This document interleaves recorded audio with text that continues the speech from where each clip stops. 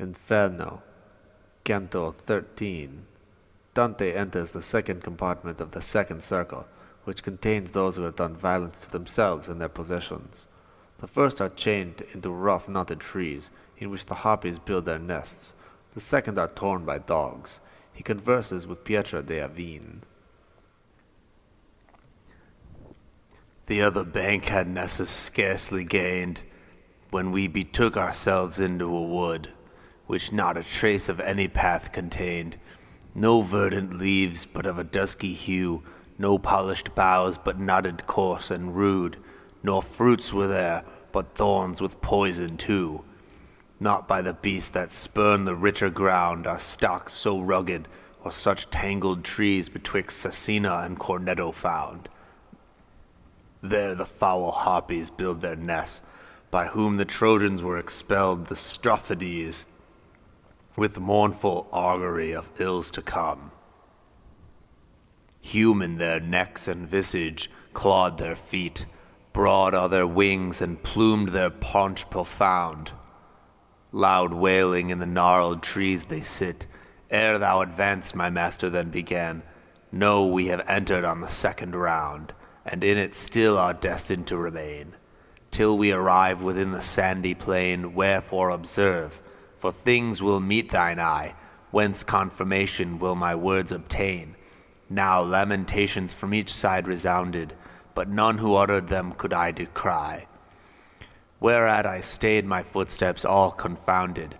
These notes perchance he fancied that I thought arose from some within the thicket who had happily from our view concealment sought.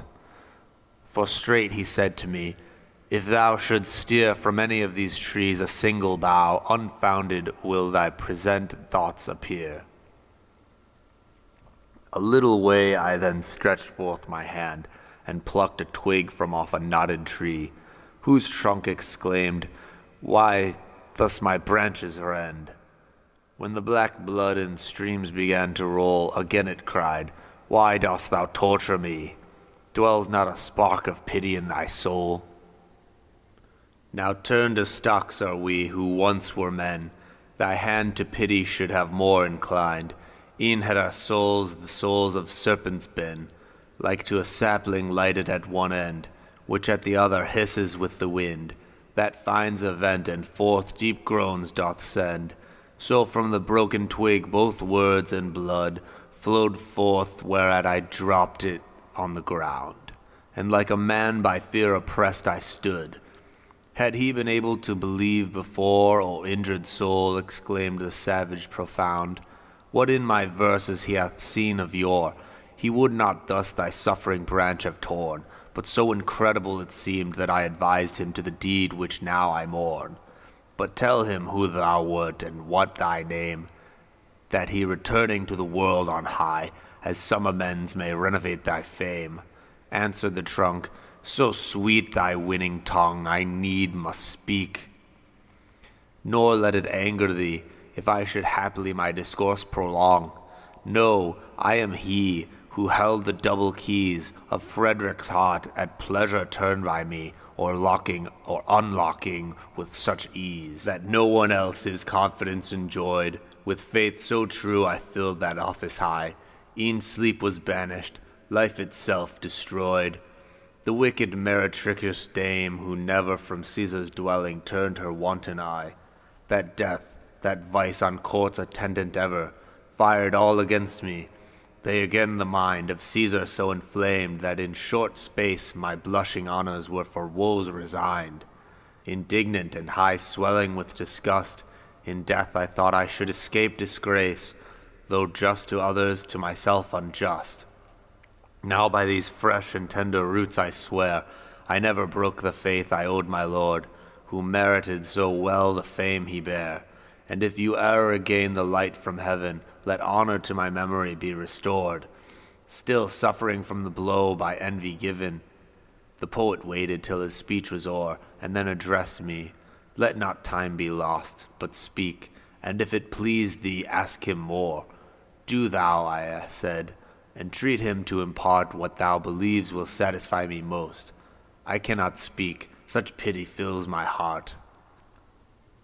He then resumed, "Into the utmost many this man fulfill the object of the prayer. O injured soul, as thou be pleased to say, how in these knots the spirit is confined, and whether from such limbs as now ye wear, doth any one e'er make escape?" A wind straight issued bursting from the trunk, and then, to speech resembling this, the breathing changed. "An answer will I briefly give thee. When the furious soul doth from the body bound, by self-inflicted violence estranged, Minos adjudges it to the 7th round.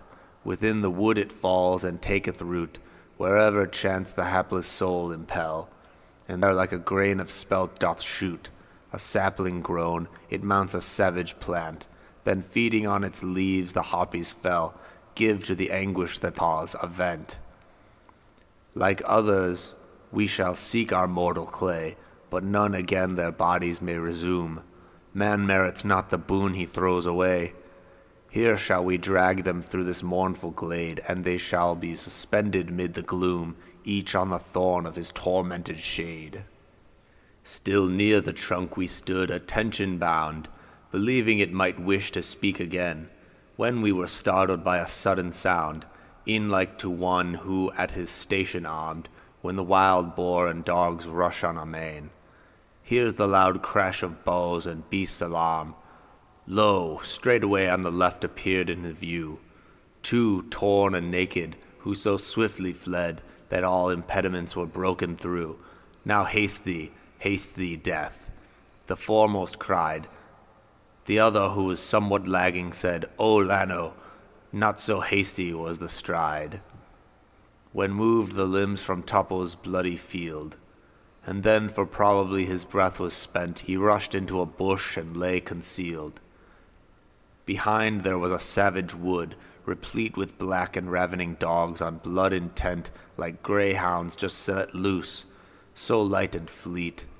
On him who crouching in the brushwood lay, fixing their teeth, his flesh they piecemeal rent, and then his mangled limbs they bore away.